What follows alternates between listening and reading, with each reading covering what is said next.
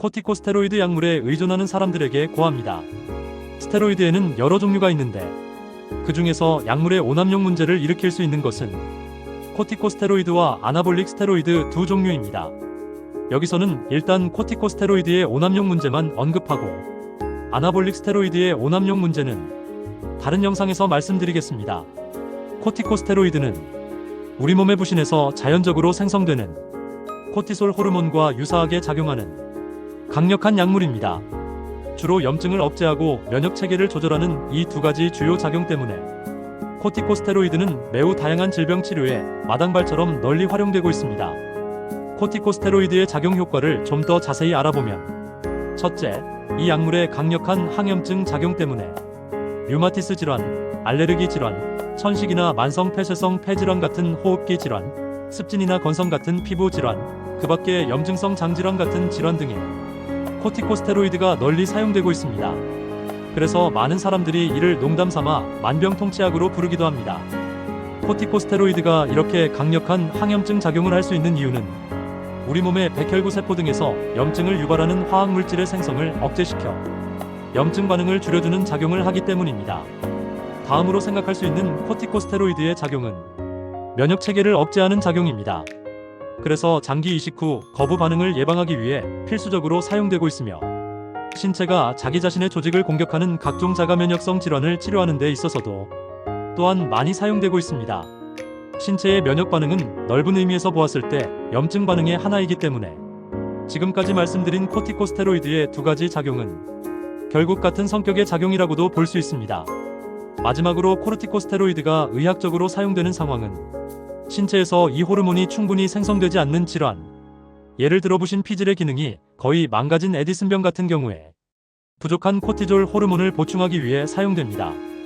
왜냐하면 우리 몸에 코티코스테로이드가 없으면 스트레스를 감당하는 힘이 사라져 이 세상을 살아갈 힘이 없어지기 때문입니다.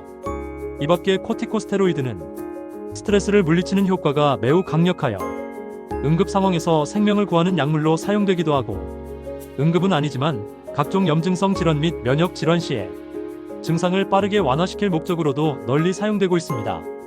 어느 경우에서든 코티코스테로이드의 효과는 뛰어나고 빨라서 사람들이 이를 타 약물에 비해 우선적으로 선택하여 사용하려는 경향을 갖고 있습니다.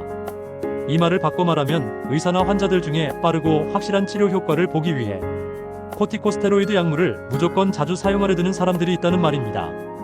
그 결과 마침내 이 약물에 의존적이게 되는 케이스가 발생할 수 있게 된다는 뜻을 내포하고 있습니다.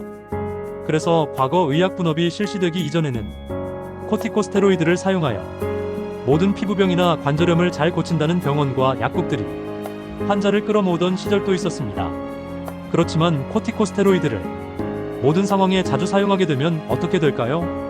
다시 말해 너무 지나치게 오남용을 할 경우 환자들에게는 어떤 변화가 일어날까요? 이 약물을 고용량 또는 장기간 사용하게 되면 혈압이 증가하고 체중도 늘고 골다공증과 피부 두께의 감소, 여드름 같은 뾰루지 증가, 초조, 불안, 우울증 같은 기분 및 정서 장애 등이 부작용으로 발생할 수 있게 됩니다. 만약 아무런 부작용도 없다면 얼마든지 이를 사용해도 되겠지만 너무 오남용하면 그로 인해 많은 부작용이 발생하는 것을 피할 수 없는 것입니다. 그러므로 당장 코티코스테로이드를 사용하여 효과를 보았다고 이를 자주 반복적으로 사용하는 행위는 그것이 곧 부작용을 자신의 몸으로 부르는 행위와 같다는 점을 아셔야 합니다. 여러분이 이런 부작용 발생을 좀 더 쉽게 이해하고 실감하려면 코티코스테로이드를 자주 사용하여 일어나는 대표적인 부작용 사례를 살펴볼 필요가 있겠습니다.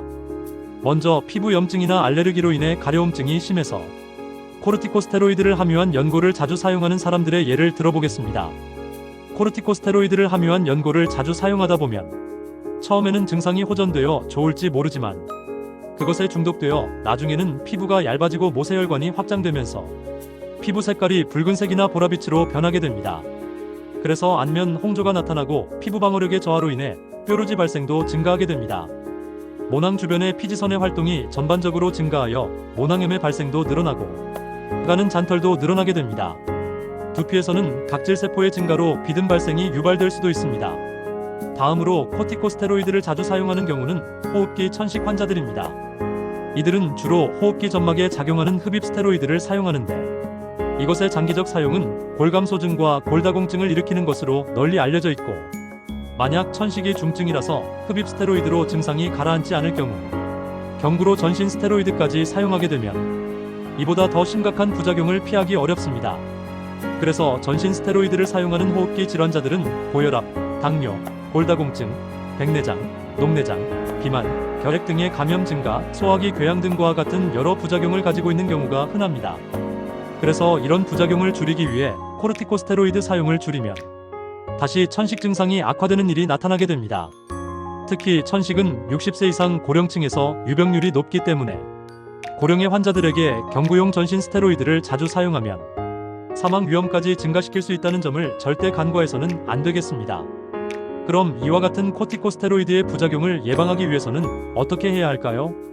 무엇보다 먼저 예방이 중요합니다. 아무리 효과가 뛰어나다고 해서 자주 코티코스테로이드를 사용하면 부작용을 만날 수 있기 때문에 가능한 일을 꼭 필요할 때만 사용하는 것을 원칙으로 해야 합니다. 다시 말해 제한적 사용 원칙을 준수해야 하는 것입니다. 그리고 지금 현재 코티코스테로이드의 부작용을 지니고 있는 사람은 더 이상 부작용이 악화되거나 늘어나지 않게 코티코스테로이드의 사용량을 의사와 상의하여 줄여나가는 계획을 세워야 합니다. 그리고 어느 경우에서든 몸속 염증 레벨을 낮추기 위한 다른 대안을 찾아 실천해야 합니다. 양생의학에서는 항상 몸속 대청소를 통해 염증을 최소화시키는 방법을 강조하고 있습니다. 그러므로 이런 환자들은 코티코스테로이드 약물에 의존하지 말고 몸속 대청소를 실시하고 평소 양생 수칙을 잘 지켜 몸속의 염증 레벨을 최소화시키는 대안의 길을 선택하시길 권해드립니다. 특히 현재 스테로이드 부작용으로 고생하시는 분들은 염증을 진정시키는 길이 스테로이드밖에 없다는 잘못된 편견에 사로잡혀 있지 말고 양생요법으로 염증을 최소화시키는 다른 대안의 길도 있음을 깨닫고 이를 선택하시길 바랍니다. 여러분의 현명한 선택을 위해 도와드리겠습니다.